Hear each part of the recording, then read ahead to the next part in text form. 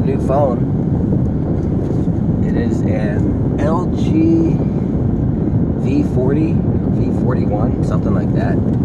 It's the third LG I've had. And last one I was happy with. It was a little bit smaller. It still fits in your pocket. And this one, it's a little bit bigger, and it still fits in the pocket. So it's like the perfect size. And the past few weeks, Mike Jr. and I, he's not scheduled today, but we've been working at the Cirque du Soleil tent at the Del Mar racetrack parking lot in San Diego County. I don't know what they call it now, North County Fair or something like that. San Diego County Fair or something like that. It used to be called the Del Mar Fair, but they dropped that name because it was not all-inclusive Del Mar. But anyways, such is the woes of hometowns, you know. You get so stuck in a little spot and everything becomes like politics. The United States, like a soap opera. I remember watching soap operas growing up. I hated them. My grandmother was into them and my mother was into them. And then my former wife liked them too. She liked Days of Our Lives, General Hospital, a couple others, and that's all there's. After following the news, ever since 1989 when I became a radio station disc jockey and a news director, I was like the man with all the hats, except for the manager. And the manager was Helen Lofton, and she is a testimony too. She was old enough to be my mom, and she got saved and filled with the Holy Ghost and became a missionary and evangelist. She's from Arkansas, and she spent much of her life in North Carolina also. I always thought she was from North Carolina, but found out later that she did something in Arkansas with a friend and got in trouble for it in her younger years. And then when Bill Clinton ran for president, the first term, I believe it was 1991, I think, maybe November of 91 was the elections. I always get those years mixed up. But since we were working at a radio station,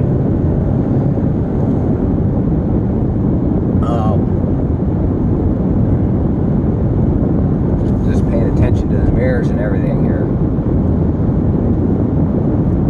she actually handed the phone to me one time, and it was some people from Bill Clinton's publicity team, and they asked me, she says it's up to you, so then they asked me if I would like to advertise for them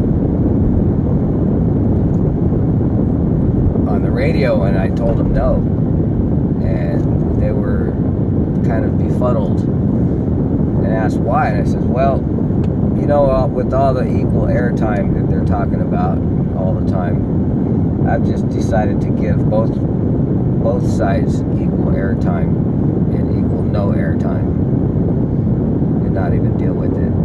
And they called me back about 4 other times, and I kept saying, no, sorry, ain't gonna do it.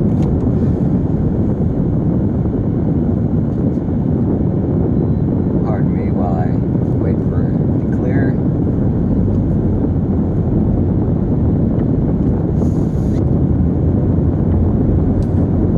But a friend of the ministry that we were in, the Bible school that I spent 5.5 years after my separation, and I was told that I couldn't see my children, and I didn't realize the rights as a father I had. I was only 19 years old. I was kind of stupid. In fact, I was really stupid.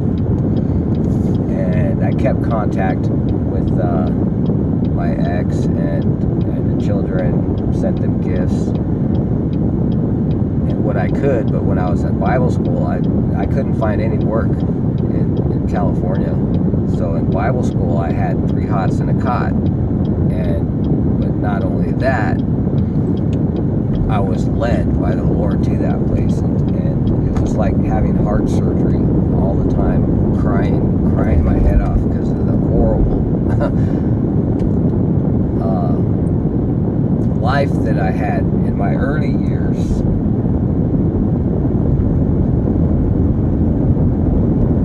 And it was wonderful. It was heart-wrenching and wonderful at the same time, because it took that whole time for me to be healed of my past.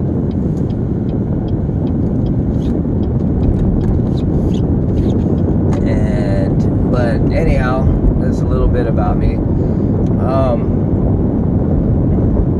Helen Lofton, we called her Sister Lofton or Mama Lofton. And a friend of hers, of the ministry, were lobbyists. They were Christian, born-again, Spirit-filled Christian lobbyists that spent their full time.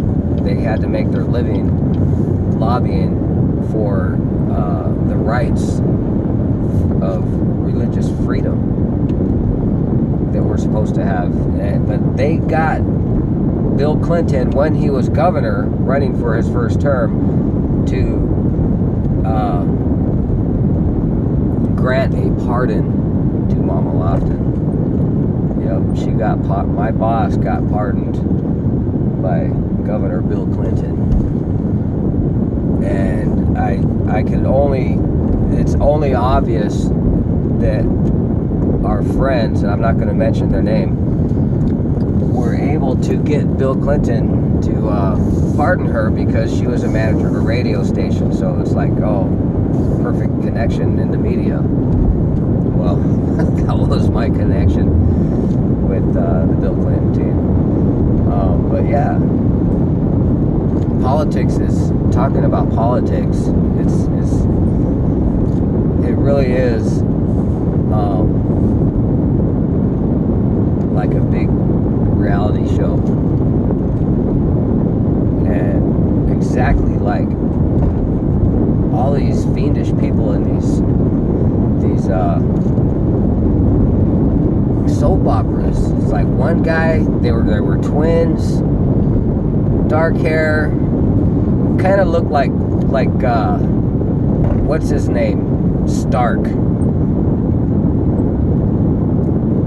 in that Marvel Comics movie.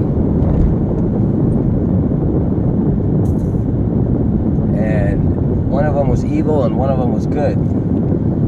And the evil one, if you ever watched The Count of Monte Cristo, the cave in the ocean, there's a place just like that, except for it was kind of built inside like Dr. Evil's, chambers and stuff.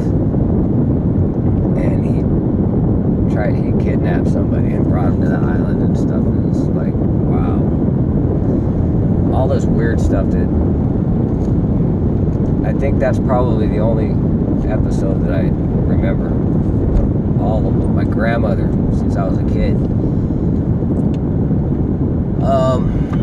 But it's Easter though, and I believe the Lord kept telling me, don't forget to celebrate Easter, don't forget to celebrate Passover, don't forget to celebrate Passover. And it really hasn't been difficult all this week, because this week began with a tragedy in France at the, I'm going to try to say it properly this time, Notre Dame Cathedral. I always call it Notre Dame. Notre Dame. And it turns out it's more of a benefit than not for all of the basically 10% of it was timber in the ceiling. And I believe the ceiling was repaired in the 1800s.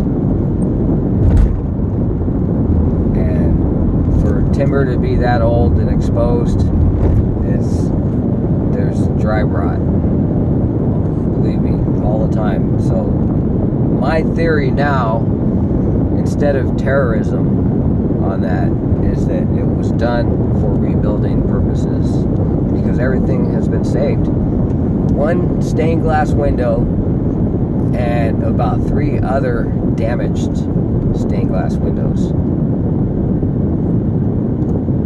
I believe, was the only thing lost, which is not too shabby.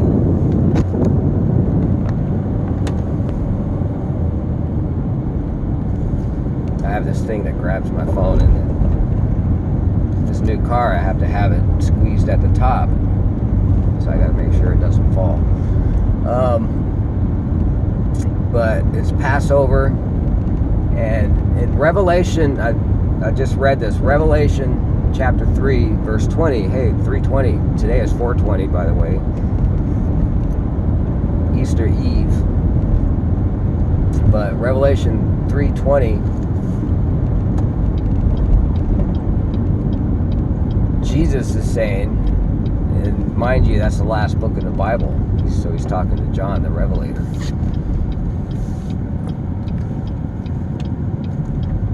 Make sure I come to a complete stop and look all ways.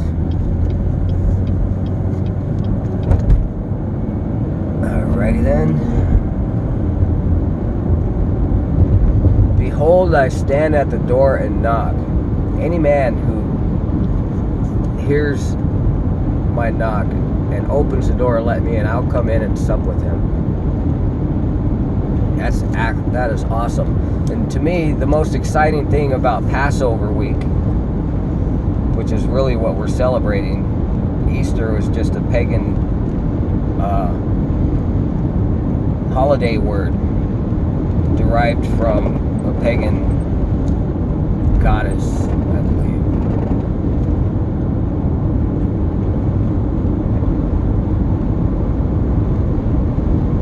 But Jesus did what he said he was going to do. So this is my Passover message video. After everything that I said all that to say this. Yeah. That Jesus was arrested, he was tortured, and then he had to carry his cross up the Via Dolorosa, where he was crucified. And after he gave up the ghost, according to all the old English translations, there's actually quite a few of them, and they all say nearly the same, identical Old English words as the King James Version. One of them is Darby's. It's pretty good. I like that version. But when Jesus gave up the ghost, the earth shook, the sky went dark, and the dead were raised from the grave.